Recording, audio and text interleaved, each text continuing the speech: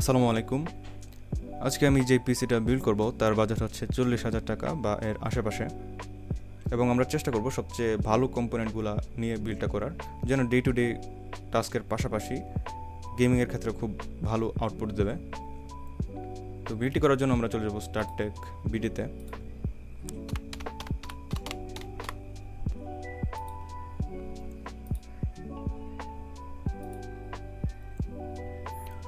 তো বিল্ডের সর্বপ্রথম component CPU হিসেবে আমরা চুজ করব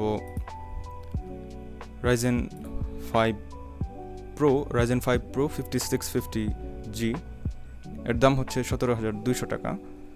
এতে 6 কোর 12 থ্রেড এবং এর L3 ক্যাশ 16 MB এবং এর clock speed up to 4.4 GHz এবং এতে ইন্টিগ্রেটেড গ্রাফিক্স আছে, অর্থাৎ কোনো ডেডিকেটেড গ্রাফিক্স কার্ডের প্রয়োজন হবে না।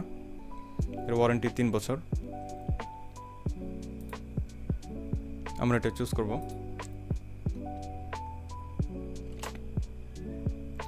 এর পরবর্তী কম্পোনেন্ট হচ্ছে মাদারবোর্ড হিসেবে আমরা চুজ করব গিগাবাইট B450MK। এর দাম 8,800 টাকা এবং এতে 2টা র্যাম স্লট আছে এবং এর ওয়ারেন্টি 3 বছর এবং এতে ওভারক্লকিং সাপোর্ট আছে। আমরা এটা চুজ করব। এর পরবর্তী কম্পোনেন্ট হচ্ছে র্যাম। তো র্যামের ক্ষেত্রে আমরা as usual নেটেকের shadow 2 8GB 32 MHz এর র্যামটা সিলেক্ট করব। এর দাম 6,500 টাকা এবং এতে লাইফ টাইম ওয়ারেন্টি আছে এবং এর ক্যাশ লেটেন্সি হচ্ছে CL16, যেটা গেমিংয়ের জন্য আইডিয়াল। এরপর আমরা চুজ করব স্টোরেজের ক্ষেত্রে আমরা সবসময় চেষ্টা করব যেন আমাদের প্রাইমারি ড্রাইভটা হয় NVMe, অর্থাৎ আমরা NVMe SSD চুজ করব।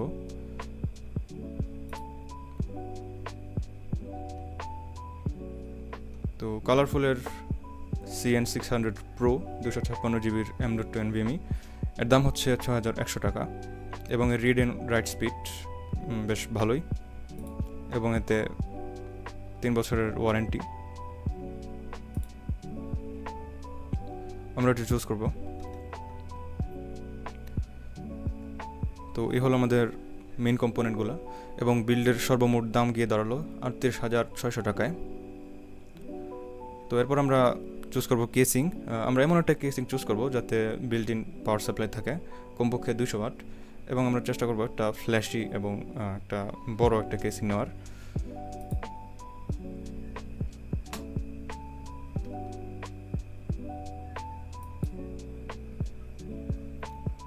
তো আমার কাছে পার্সোনালি ম্যাক্স গ্রিনের এই কেসিংটা অনেক পছন্দ হয়েছে। এর দাম হচ্ছে 3,600 টাকা এবং এতে 5টা ARGB ফ্যান ইনস্টলড, 200 ওয়াটের পাওয়ার সাপ্লাই ইনবিল্ট এবং এর যে maximum graphics card length 345 millimetre, অর্থাৎ ট্রিপল ফ্যানের যে কোনো গ্রাফিক্স কার্ড এই কেসে ফিট হবে। আমরা চুজ করলাম। তো বিল্ডের সর্বমোট দাম গিয়ে দাঁড়ালো 42,200 টাকা।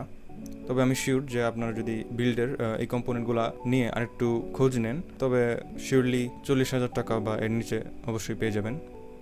তো এই বিল্ড দিয়ে কি করা যাবে?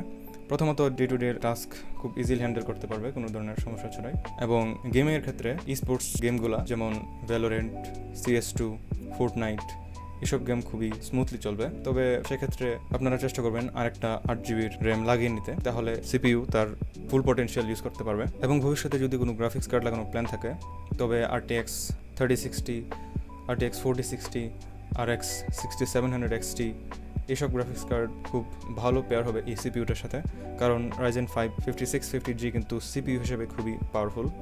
এবং এই বিল্ড নিয়ে যদি কোনো প্রশ্ন থাকে তবে অবশ্যই কমেন্ট বক্সে করতে পারেন। ধন্যবাদ।